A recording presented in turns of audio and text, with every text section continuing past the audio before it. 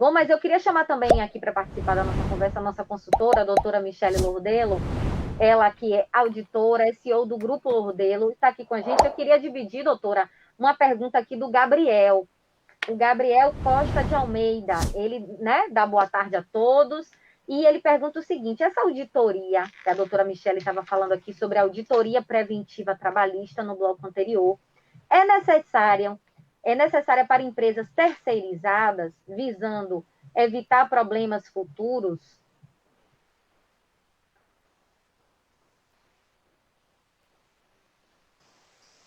Oi, Doutora Gabriel, Michele, muito boa tarde. Tá me ouvindo bem, Isabela? tô sim, é porque foi um delay um pouquinho longo. Oi, Gabriel, muito boa tarde. Olha, o Gabriel tá tão atento, porque eu falei assim, sobre a auditoria preventiva trabalhista para condomínios que têm colaboradores próprios, né? Inclusive, lá na Sim. nossa chamada das redes sociais, foi com essa temática. E olha o que o Gabriel está perguntando. E se eu não tenho colaborador próprio, né, ou colaboradores próprios, eu preciso desse tipo de auditoria em menor escala do que quem tem colaboradores próprios, porque eu diria que todo condomínio que tem no orgânico, ele precisa da auditoria trabalhista para poder fazer o acompanhamento, porque é esse profissional que vai revisar os cálculos, vai revisar, inclusive, as questões vinculadas à convenção e toda a parte vinculada também quando o prédio tem um profissional de saúde e segurança do trabalho. Quando se trabalha com terceirização, não há uma necessidade, Michele. por exemplo, vocês estão me ouvindo? Tô sim, vou pedir só para. Acho que foi o senhor Não Kelson estou que falou, conseguindo né? ouvir Michele.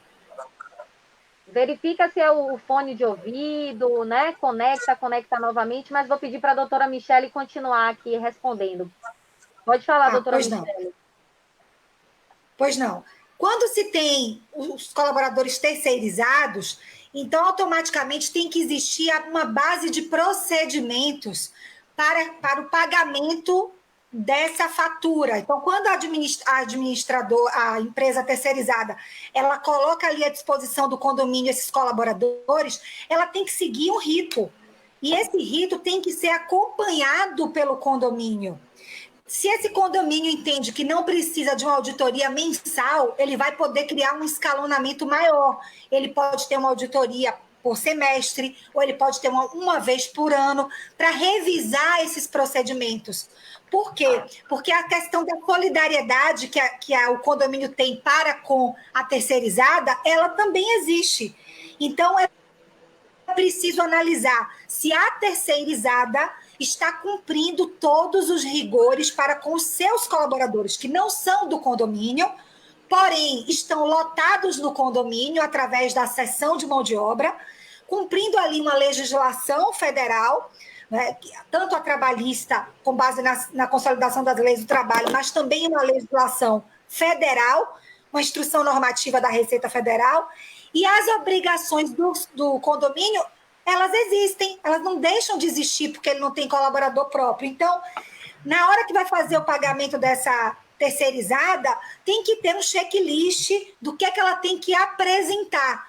E aí eu pergunto para você, Gabriel, e para todo mundo que está nos acompanhando, o seu condomínio tem esse checklist que envolvem não só os comprovantes de pagamento dos encargos, mas as obrigações acessórias, ou seja, a identificação de que o colaborador João, a colaboradora Carla, elas estão lotados naquele condomínio através da terceirizada A.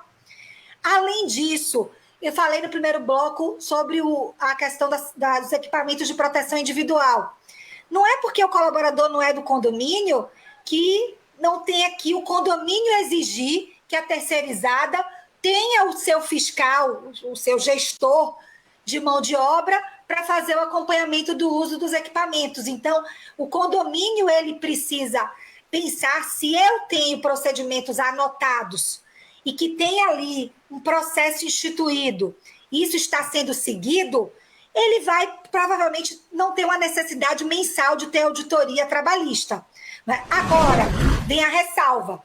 Se esse condomínio, independentemente dele ter mão de obra orgânica ou mão de obra terceirizada, se ele tem muitos pagamentos de prestadores de serviços, pessoa física, aí nós já estamos falando em um outro patamar.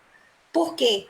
Porque no trato da pessoa física, do contribuinte individual, o condomínio é obrigado a fazer a observação da retenção dos tributos, né, retenção de impostos e contribuições, e ainda tem que fazer o pagamento patronal sobre isso. E informar declaração, que é a obrigação acessória. Então, eu pergunto mais uma vez, o seu condomínio que paga com recibo de papelaria, o seu condomínio que paga com recibo de Word, o seu condomínio que paga muitas vezes até com a nota fiscal de pessoa física, mas não cuida da parte tributária sobre essa contratação, enseja ali um profissional de auditoria para fazer a revisão desses processos e procedimentos e livrar o condomínio de um ônus trabalhista, porque nós estamos falando aqui, por exemplo, Isabela, e quem nos acompanha, de uma pessoa física que está prestando serviço para o condomínio há 5 anos.